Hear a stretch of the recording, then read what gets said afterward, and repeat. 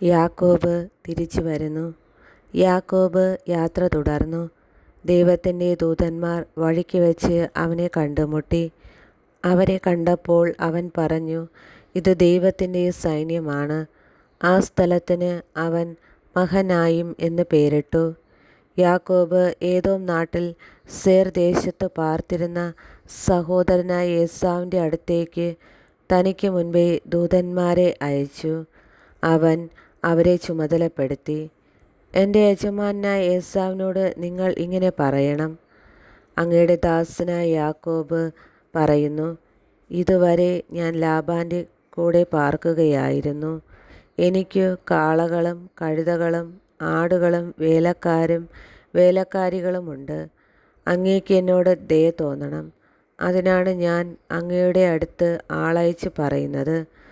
ദൂതന്മാർ തിരിച്ചു വന്നു യാക്കോബിനോട് പറഞ്ഞു, ഞങ്ങൾ അങ്ങയുടെ സഹോദരനായ ഏസാവിൻ്റെ അടുക്കൽ ചെന്നു.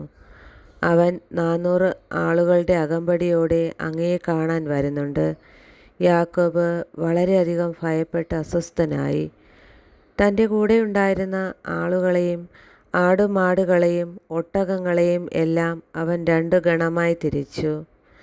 ഏസാവ് വന്ന് ഒരു ഗണത്തെ നശിപ്പിക്കുന്ന പക്ഷം മറ്റേ ഗണത്തിന് ഓടി രക്ഷപ്പെടാമല്ലോ എന്നവൻ ചിന്തിച്ചു.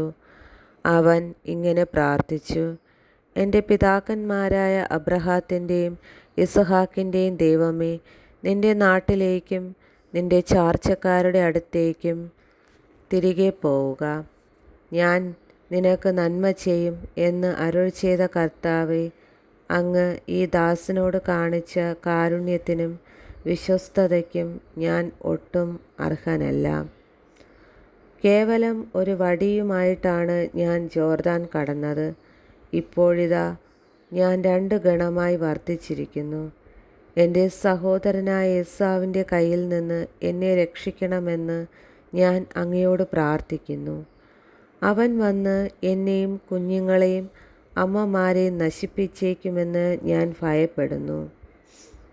നിനക്ക് നന്മ ചെയ്തു നിന്റെ സന്തതികളെ കടൽ തീരത്തെ മണൽത്തരി പോലെ എണ്ണാനാവാത്ത വിധം വർദ്ധിപ്പിക്കും എന്ന് അവിടുന്ന് അരുൾ ചെയ്തിട്ടുണ്ടല്ലോ. അന്നു രാത്രി അവൻ അവിടെ താവളമടിച്ചു. തൻ്റെ പക്കലുള്ളവയിൽ നിന്ന് അവൻ സഹോദരനായ ഏസാവിന് ഒരു സമ്മാനമൊരുക്കി. 200 പെൺകോലാടും 20 ആൺകോലാടും, 200 പെണ്ണാടും 200 മുട്ടാടും, കറവയുള്ള 30 ഒട്ടകം, അവയുടെ കിടാക്കൾ, 40 പശു, 10 കാള, 20 പെൺകഴുത, 10 ആൺകഴുത എന്നിവയെ അവൻ മാറ്റി നിർത്തി.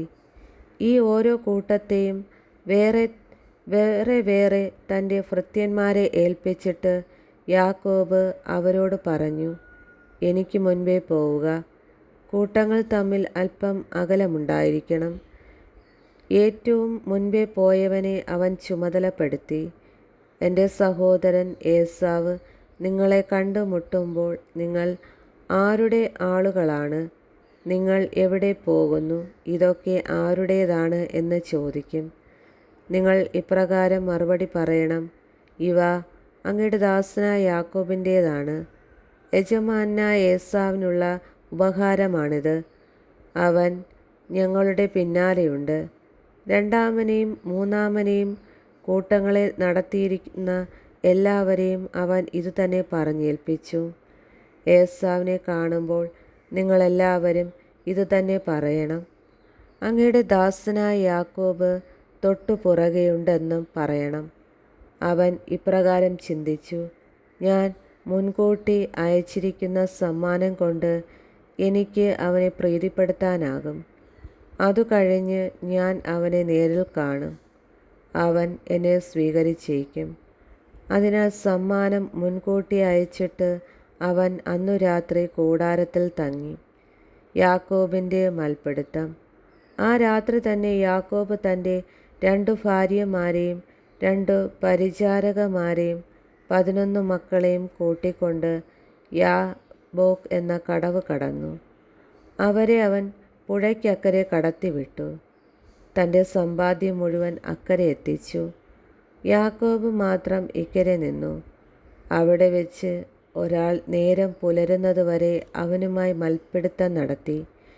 കീഴടക്കാൻ സാധ്യമല്ലെന്ന് കണ്ടപ്പോൾ അവൻ യാക്കോബിൻ്റെ അരക്കെട്ടിൽ തട്ടി.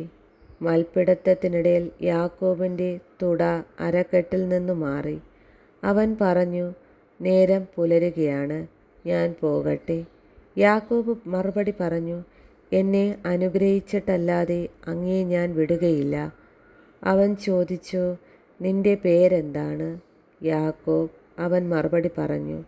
അപ്പോൾ അവൻ പറഞ്ഞു, ഇനിമേൽ നീ യാക്കോബ് എന്നല്ല, ഇസ്രായേൽ എന്ന് വിളിക്കപ്പെടും. കാരണം ദൈവത്തോടും മനുഷ്യരോടും നീ മല്ലിട്ടു ജയിച്ചിരിക്കുന്നു. യാക്കോബ് അവനോട് പറഞ്ഞു, അങ്ങയുടെ പേര് എന്നോട് പറയണമെന്ന് ഞാൻ അപേക്ഷിക്കുന്നു. എന്തിനാണ് എൻ്റെ പേരറിയുന്നത്? അവൻ ചോദിച്ചു. അവിടെ വെച്ചവൻ യാക്കോബിനെ അനുഗ്രഹിച്ചു. ദൈവത്തെ ഞാൻ മുഖത്തോട് മുഖം കണ്ടു, എന്നിട്ടും ഞാൻ ജീവനോടെ ഇരിക്കുന്നല്ലോ എന്നു പറഞ്ഞ് അവൻ പറഞ്ഞുകൊണ്ട് യാക്കോബ് ആ സ്ഥലത്തിന് പെനുവേൽ എന്ന് പേരിട്ടു. അവൻ പെനുവേൽ കടന്നപ്പോഴും സൂര്യൻ ഉദിച്ചു. ഉളുക്കു നിമിത്തം അവൻ ഞൊണ്ടുന്നുണ്ടായിരുന്നു.